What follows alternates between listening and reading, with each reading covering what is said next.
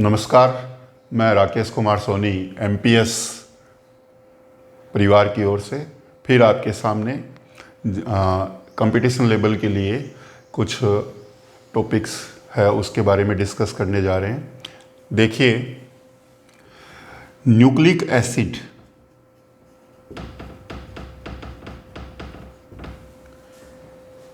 इसके बारे में अपन स्टडी करेंगे। न्यूक्लिक एसिड की खोज फ्रेडरिक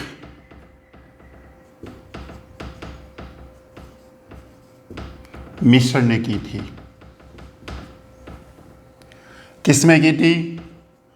मवाद कोशिका, पस्त कोशिका, मवाद सेल के केंद्रक में की थी और उन्होंने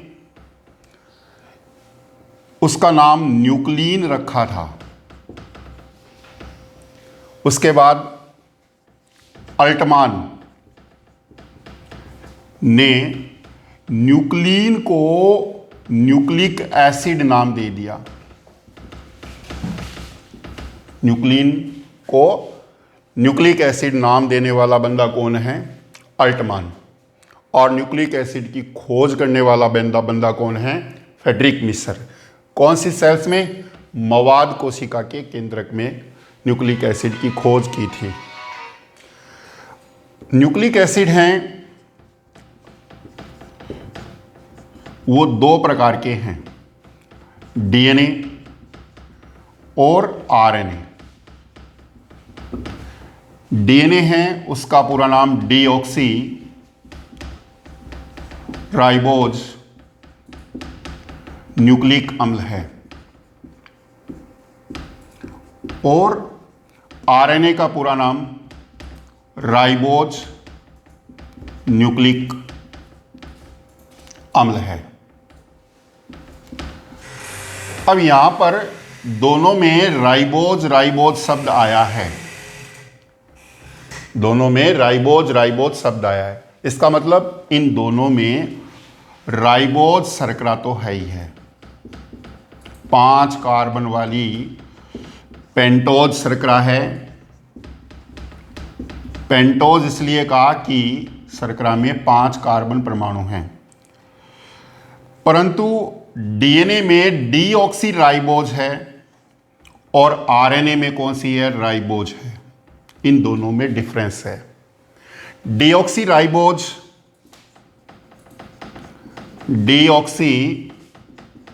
राइबोज शर्करा जो है उसका अणुसूत्र C5H10O4 होता है, जबकि राइबोज शर्करा जो आरएनए में होती है उसका अणुसूत्र C5H10O5 होता है। यहां डिफरेंस है। डीऑक्सी राइबोज शर्करा में एक ऑक्सीजन परमाणु कम है, जबकि राइबोज शर्करा में जो आरएनए में प्रेजेंट है उसमें एक ऑक्सीजन परमाणु ज़्यादा है, यानी इसमें O4 होगा, इसमें O5 होगा। अब देखिए कि डीएनए की स्ट्रक्चर कैसे होती है, उसका केमिकल कंपोजिशन क्या होता है, ये अपन पढ़ते हैं। डीएनए में मुख्यतः 3 घटक होते हैं। फर्स्ट वन डीऑक्सी राइबोज शर्करा, सेकंड वन नाइट्रोजनीय क्षारक और थर्ड वन फास्फेट समूह है जो फास्फोरिक एसिड से बनता है। अब डीऑक्सी जो राइबोज शर्करा है उसका अणुसूत्र अपने पढ़ा क्या होता है? C5H10O4 होता है। इसका संरचना सूत्र अगर अपन बनाए सिंपली तो संरचना सूत्र इसका ये होता है।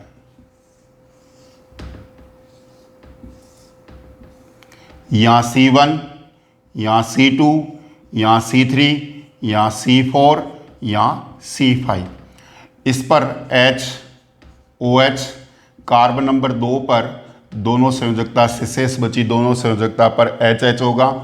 HOH, H, H, H और OH। आप यहाँ नोटिस कर रहे हैं कि कार्बन नंबर 2 पर यहाँ पर O नहीं है, अर्थात O डिलीट हो गया है। O डिलीट हो गया, इसी कारण से इसका नाम क्या पड़ गया? डीऑक्सीराइबोस शर्करा पड़ गया। ऑक्सीजन परमाणु कार्बन नंबर 2 पर एब्सेंट है, इस कारण से डीएनए की क्रियाशीलता है वो कम हो जाती है, और क्रियाशीलता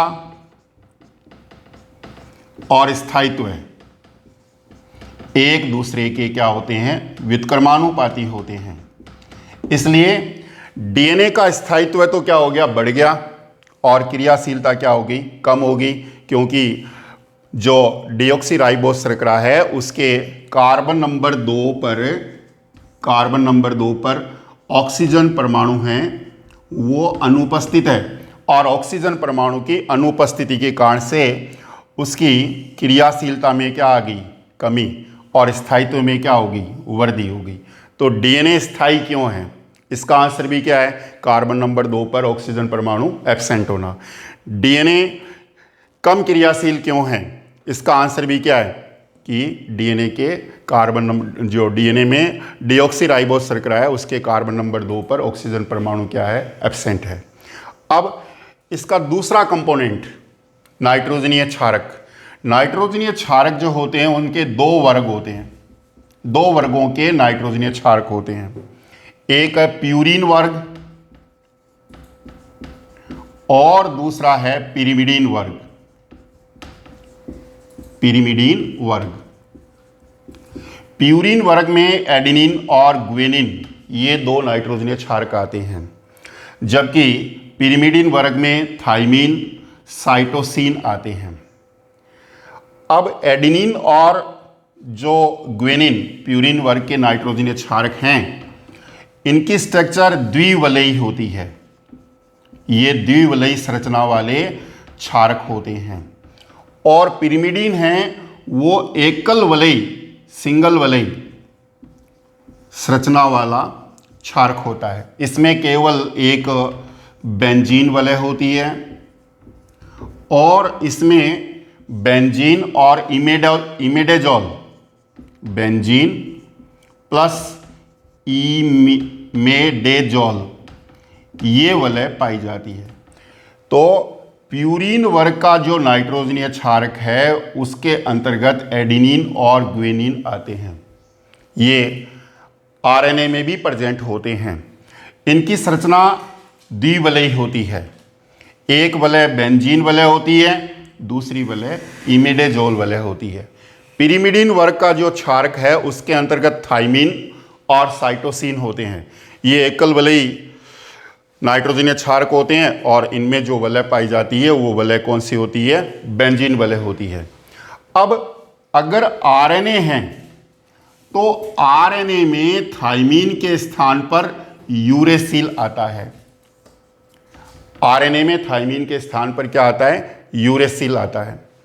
तो अगर क्वेश्चन आता है कि पिरिमिडीन वर्ग के क्षारक कौन से हैं, तो पिरिमिडीन वर्ग के क्षारक थाइमीन भी हो गया, साइटोसिन भी हो गया, यूरेसिल भी हो गया। कई बार थाइमीन का रासायनिक नाम दे देते हैं। थाइमीन का रासायनिक नाम होता है 5-मिथाइल यूरेसिल। इस नाम को देखकर प्राय स्टूडेंट है वो क्या हो जाते हैं? कंफ्यूज हो जाते हैं। तो थाइमीन कॉमन नाम है और उसका रासायनिक नाम क्या है? 5-मिथाइल यूरेसिल। तो 5-मिथाइल यूरेसिल या थाइमीन, साइटोसिन और यूरेसिल ये पिरिमिडीन वर्ग के क्षारक हैं। प्राय कंपटीशन लेवल में एक क्वेश्चन आता है कि डीएनए के थाइमीन के स्थान पर आरएनए में कौन सा नाइट्रोजनीय क्षारक होता है? तो आरएनए में यहाँ थाइमीन के स्थान पर कौन सा नाइट्रोजनीय क्षारक है? यूरेसिल है। अब इसका तीसरा कंपोनेंट लेते हैं अपन, फास्फेट समूह है। फास्फेट समूह हैं वो मुख्यतः फास्फोरिक एसिड H3PO4, इसका अणुसूत्र है वो क्या होता है H3PO4। और फास्फोरिक एसिड की उपस्थिति के कारण ही डीएनए पर जगह जगह नेगेटिव चार्ज होता है। तो एक छोटा सा क्वेश्चन है कि डीएनए पर कौन सा आवेश पाया जाता है, तो डीएनए पर कौन सा आवेश होगा, नेगेटिव चार्ज होगा। किसकी प्रेजेंस के कारण से, फास्फेट समूह या फास्फोरिक अम्ल की उपस्थिति के कारण से। अब डीएनए के ये तीनों कंपोनेंट मिलकर पॉलीन्यूक्लियोटाइड श्रृंखला बनाते हैं और पॉलीन्यूक्लियोटाइड ही डीएनए हैं। यानी डीएनए है वो न्यूक्लियोटाइड का बहुलक है। डीएनए क्या है, पॉली न्यूक्लियोटाइड है या न्यूक्लियोटाइड्स का बहुलक है। ये न्यूक्लियोटाइड्स क्या है, देखिए एक शब्द आता है न्यूक्लियोसाइड।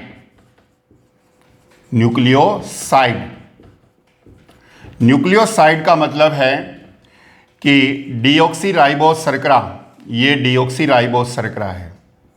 ये कार्बन नंबर 1, ये कार्बन नंबर 2, ये कार्बन नंबर 3, ये कार्बन नंबर 4, ये कार्बन नंबर 5, इससे जॉइंटेड है H और OH, इससे जॉइंटेड है H और OH। और कार्बन नंबर 2 पर मैंने बताया कि ऑक्सीजन परमाणु का अभाव होता है, इसलिए शेष बची दोनों संयोजकता पर हाइड्रोजन एटम जुड़ेंगे, इस पर H और OH ये प्रेजेंट है। अब यदि इस डीऑक्सीराइबोस शर्करा के कार्बन नंबर 1 पर नाइट्रोजन बेस जुड़ जाए, नाइट्रोजन बेस जो प्यूरिन वर्ग का हो सकता है, पिरिमिडिन वर्ग का हो सकता है, तो जो संरचना बनेगी उस संरचना को अपन क्या कहेंगे, न्यूक्लियोसाइड कहेंगे, न्यूक्लियोसाइड कह देंगे। तो यहां पर कार्बन नंबर 1 पर नाइट्रोजन बेस जुड़ गया और कार्बन नंबर 1 पर नाइट्रोजन बेस जुड़ते ही क्या बन जाएगा, न्यूक्लियोसाइड बन जाएगा। अब ये जो नया बॉन्ड है जिसके साथ नाइट्रोजन बेस जुड़ा, उस बॉन्ड को क्या कहेंगे, एन ग्लाइकोसाइडिक बॉन्ड कहेंगे। तो एन ग्लाइकोसाइडिक बॉन्ड से कार्बन नंबर 1 पर प्यूरिन या पाइरिमिडिन वर्ग का कोई एक नाइट्रोजनीय क्षारक जब जुड़ जाता है तो क्या बनता है, न्यूक्लियोसाइड का निर्माण होता है। अब इसके बाद है न्यूक्लियोटाइड। तो न्यूक्लियोटाइड्स क्या है, न्यूक्लियोटाइड का निर्माण कैसे होता है, देखिए कि न्यूक्लियोसाइड, ये था न्यूक्लियोसाइड जिसके कार्बन नंबर 1 पर एन ग्लाइकोसाइडिक बॉन्ड से जुड़ा हुआ था नाइट्रोजन बेस। ये कार्बन नंबर 2 H, ये कार्बन नंबर 3 OH, ये कार्बन नंबर 4 H, ये कार्बन नंबर 5 और H और OH। अगर इस न्यूक्लियोसाइड, ये क्या है, न्यूक्लियोसाइड है, इस न्यूक्लियोसाइड के कार्बन नंबर 5 से यहां पर फॉस्फेट समूह जुड़ जाए तो क्या बन जाएगा, ये स्ट्रक्चर बन जाएगा। ये तो न्यूक्लियोसाइड तो था ही, कार्बन नंबर 1 से नाइट्रोजन बेस जुड़ा हुआ ही था, यहां कार्बन नंबर 4 था और यहां कार्बन नंबर 5, और इस कार्बन नंबर 5 से एक फॉस्फेट समूह जुड़ गया। कौन से बंध द्वारा, फास्फोएस्टर बंध द्वारा, फास्फोएस्टर बंध द्वारा। तो फॉस्फेट समूह कौन से बंध से जॉइंट होता है, फास्फोएस्टर बंध द्वारा। नाइट्रोजन बेस कौन से बॉन्ड से, एन ग्लाइकोसाइडिक बॉन्ड से। इस प्रकार से जब एक न्यूक्लियोसाइड में फॉस्फेट समूह जुड़ जाता है तो जो स्ट्रक्चर बनता है उसको न्यूक्लियोटाइड कहते हैं। तो न्यूक्लियोटाइड्स का निर्माण हो गया। और डीएनए का निर्माण जब होता है तो कई सारे न्यूक्लियोटाइड्स है वो बहुलीकृत होकर पॉलीन्यूक्लियोटाइड्स की चेन बनाते हैं। अब पॉलीन्यूक्लियोटाइड्स का निर्माण कैसे होता है? तो पॉलीन्यूक्लियोटाइड्स का निर्माण न्यूक्लियोटाइड्स के संयोजन से होता है। मान लेते हैं पॉलीन्यूक्लियोटाइड का निर्माण। तो पॉलीन्यूक्लियोटाइड्स में मान लेते हैं एक न्यूक्लियोटाइड मान लेते हैं ये है, इसमें carbon 1, carbon 2, carbon 3, carbon 4, carbon 5 और कार्बन 5 से जुड़ा हुआ है फॉस्फेट समूह। मान लेते हैं कि दूसरा न्यूक्लियोटाइड ये है, carbon 1, carbon 2, carbon 3, carbon 4, carbon 5 और उसके ऊपर जुड़ा हुआ है ये फॉस्फेट समूह। और कार्बन नंबर 1 पर मान लेते हैं कि कोई भी प्यूरीन या पाइरिमिडीन वर्ग का नाइट्रोजनीय क्षारक है वो जुड़ा हुआ है, ए, जी, टी और सी, इनमें से कोई भी एक नाइट्रोजनीय क्षारक है वो जुड़ा हुआ है। अब दो क्रमागत न्यूक्लियोटाइड्स हैं वो आपस में कैसे जोड़ते हैं? तो देखिए, एक न्यूक्लियोटाइड का कार्बन नंबर 1 और दूसरे न्यूक्लियोटाइड के कार्बन नंबर 5 पे जुड़ा हुआ ये जो फॉस्फेट समूह है, इनके बीच में एक नया फास्फोएस्टर बंध बन जाता है। इस प्रकार से दो क्रमागत न्यूक्लियोटाइड्स के बीच में पहले ये एक बॉन्ड फास्फोएस्टर बंध था और एक नया फास्फोएस्टर बंध और बन जाएगा ये।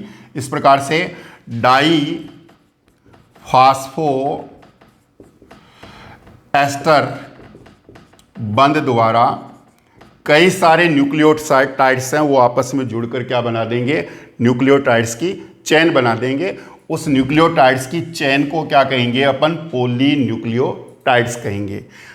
अब अंत में जो चेन के अंत में कार्बन नंबर 3 होगा, उस कार्बन नंबर 3 पर OH फ्री होगा, तो चेन का वो सिरा क्या कहलाएगा? 3' एंड कहलाएगा। और श्रृंखला के शीर्ष वाले या दूसरे सिरे पर कार्बन नंबर 5 पर फॉस्फेट समूह है वो फ्री रहेगा। तो जिस सिरे पर फॉस्फेट समूह फ्री है उस सिरे को 5' एंड कहेंगे। इस प्रकार से पॉलीन्यूक्लियोटाइड श्रृंखला में कई सारे पॉलीन्यूक्लियोटाइड्स हैं वो जुड़े होंगे, जिसका एक ध्रुव है क्या कहलाएगा? 5' एंड कहलाएगा और 5' एंड पर फॉस्फेट समूह है वो फ्री रहेगा। और श्रृंखला का दूसरा ध्रुव है या सिरा है, उसके ऊपर कार्बन नंबर 3 पर OH फ्री रहेगा, इसलिए वो सिरा क्या कहलाएगा? 3' एंड कहलाएगा। अब डीएनए में दो पॉलीन्यूक्लियोटाइड्स की श्रृंखलाएं होती है, वो आपस में कैसे जुड़ती है? देखिए कि डीएनए में दो पॉलीन्यूक्लियोटाइड्स की श्रृंखला है और वो आपस में जुड़कर डीएनए का स्ट्रक्चर बनाती है।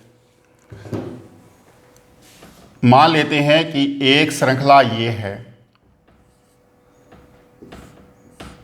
इस पर C1 पर मान लेते हैं एडेनिन जुड़ा हुआ है, ये C2 जिस पर दोनों पर HH है और H और OH, ये कार्बन नंबर 3, ये कार्बन नंबर 4, ये कार्बन नंबर 5 और इस कार्बन नंबर 5 पर फॉस्फेट समूह फ्री है, इसलिए ये एंड हो गया, 5' एंड हो गया। दूसरा पॉलीन्यूक्लियोटाइड्स की श्रृंखला में ये दूसरा न्यूक्लियोटाइड है, मान लेते हैं यहाँ कार्बन नंबर 1 और इस पे मान लेते हैं ग्वेनिन नाइट्रोजनीय क्षारक है, वो N ग्लाइकोसाइडिक बॉन्ड से जुड़ा हुआ है, C2, C3, C4 और C5 और इसके ऊपर ये फॉस्फेट समूह है और यहाँ पर एक नया बॉन्ड बन गया, वो नया बॉन्ड फास्फोएस्टर बंध बन गया। इस प्रकार से दो न्यूक्लियोटाइड जुड़ गए। मान लेते हैं कि एक न्यूक्लियोटाइड और इस श्रृंखला में है, यहाँ C1 है, उसके ऊपर मान लेते हैं थाइमिन जुड़ा हुआ है, ये C2, ये C3, ये C4, ये C5 से जुड़ा हुआ है फॉस्फेट बंध और नया फास्फोएस्टर बंध है वो बन जाएगा किसके बीच में, इससे ऊपर वाले कार्बन नंबर 3 के बीच में। तो इसको मान लेते हैं कि ये अंतिम न्यूक्लियोटाइड है और इसके ऊपर OH समूह फ्री है। तो ये वाला जो एंड है वो एंड क्या रह गया, 3' एंड रह गया। अब डीएनए में 2 पॉलीन्यूक्लियोटाइड श्रृंखलाएं होती है, परंतु वो दोनों न्यूक्लियोटाइड की श्रृंखलाएं प्रति समानांतर क्रम में होती है, एंटी पैरेलल क्रम में होती है, प्रति समानांतर क्रम में व्यवस्थित होती है। तो उल्टी होगी। मान लेते हैं दूसरी श्रृंखला का ये न्यूक्लियोटाइड्स है, तो ये कार्बन नंबर 1 के ऊपर एन ग्लाइकोसाइडिक बंध द्वारा नाइट्रोजन क्षारक जुड़ा होगा। तो देखिए A, G, T और C ये 4 नाइट्रोजन क्षारक थे। A का पूरक होता है थाइमिन और G का पूरक होता है साइटोसिन। A और T है वो आपस में जुड़ते हैं 2 हाइड्रोजन बंध द्वारा और G और C आपस में जुड़ते हैं 3 हाइड्रोजन बंध के द्वारा। तो यहाँ पर एडेनिन है तो इसका पूरक क्या होगा, थाइमीन होगा और इनके बीच में हाइड्रोजन बॉन्ड जो आएंगे वो कितने आएंगे, डबल हाइड्रोजन बॉन्ड आएंगे। ये कार्बन नंबर मान लेते हैं इसका 2 है, ये 3 है, ये इसका 4 है, ये इसका 5 है और ये इसके ऊपर फास्फेट समूह फ्री है। दूसरा न्यूक्लियोटाइड मान लेते हैं ये है, ये कार्बन नंबर 4 से ये कार्बन नंबर 5 और ये इसका फास्फेट समूह है। यहाँ पर कार्बन नंबर 3 है और कार्बन नंबर 3 और उससे ऊपर वाले न्यूक्लियोटाइड के बीच जो कार्बन नंबर 5 पे फास्फेट समूह जुड़ा हुआ है उसके बीच में नया फास्फोएस्टर बंध बनता जाएगा। ये मान लेते हैं कार्बन नंबर 1 है। तो इस कार्बन नंबर 1 पर इस ग्वेनिन का पूरक क्षारक है वो जुड़ेगा। तो ग्वेनिन का पूरक क्षारक कौन हुआ, साइटोसिन हुआ। तो इसके ऊपर क्या जुड़ेगा, C जुड़ेगा। और अपन को पता है कि G और C, ग्वेनिन और साइटोसिन, इनके बीच में ट्रिपल हाइड्रोजन बॉन्ड होते हैं। इसके बाद इसका नेक्स्ट न्यूक्लियोटाइड मान लेते हैं इस चेन का, ये है, ये कार्बन नंबर 4, ये कार्बन नंबर 5, ये कार्बन नंबर 5 पे जुड़ा हुआ है फास्फेट ग्रुप और ये कार्बन 3, ये कार्बन 2, ये कार्बन 1। अब इसका पूरक यहाँ जुड़ा हुआ है थाइमीन, तो थाइमीन का पूरक कौन सा आएगा, एडेनिन आएगा। और A और T के बीच में क्या जुड़ा हुआ है, क्या होगा, डबल हाइड्रोजन बॉन्ड होगा। और यहाँ कार्बन नंबर 5 के फॉस्फेट समूह है और इसके बीच में फास्फोएस्टर बंध नया बन गया। इस प्रकार से 2 पॉलीन्यूक्लियोटाइड की श्रृंखलाएं है वो प्रति समानांतर क्रम में व्यवस्थित होगी और दोनों श्रृंखलाओं पर उपस्थित जो नाइट्रोजन क्षारक हैं वो आपस में हाइड्रोजन बॉन्ड से संयुक्त हो जाएंगे, जिसके कारण से दोनों श्रृंखलाएं एक निश्चित दूरी पर बनी रहेगी। और इस श्रृंखला का ये सिरा कौन सा रहेगा, 5' एंड होगा। ये सिरा इसके ऊपर कार्बन नंबर 3 पर OH फ्री है, इसलिए ये 3' एंड होगा। तो 3' की सीध में नहीं आएगा, 5' की सीध में नहीं आएगा। इस श्रृंखला में 3' है तो इस श्रृंखला में क्या आएगा, 5'। इस श्रृंखला में 3' एंड है तो इधर वाली इस श्रृंखला का सिरा है वो क्या आएगा, 5' एंड आएगा। इस प्रकार से डीएनए में ये 3 कंपोनेंट्स आपस में क्रिया करके पॉलीन्यूक्लियोटाइड्स बनाते हैं और पॉलीन्यूक्लियोटाइड्स ही क्या है, डीएनए हैं। Thank you. आप हमारे इस चैनल को ज़्यादा से ज़्यादा सब्सक्राइब कीजिए। साथियों, ये जो लेसन है वो 12th क्लास की केमिस्ट्री में भी है, बायो में भी है, कंपटीशन एग्जाम्स में भी है। आप ज़्यादा से ज़्यादा इसको समझने का प्रयास करें। धन्यवाद।